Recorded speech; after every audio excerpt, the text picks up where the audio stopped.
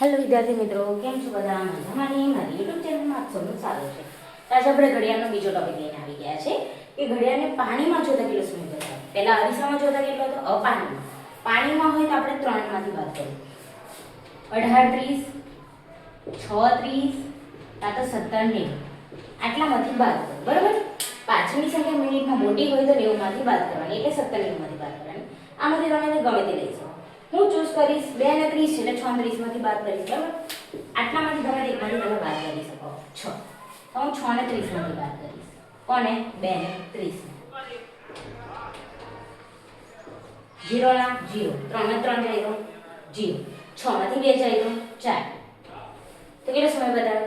ઘડિયાળને પાણીમાં આમ નીચેની તરફ જોઈએ તો આ નીચેની તરફ થઈ જાય તો કેટલો બતાવે? 4 વાગ્યાનો સમય બતાવે. આમ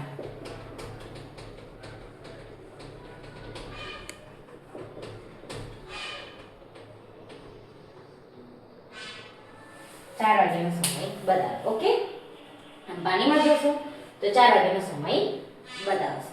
ઓકે, દેખ લો.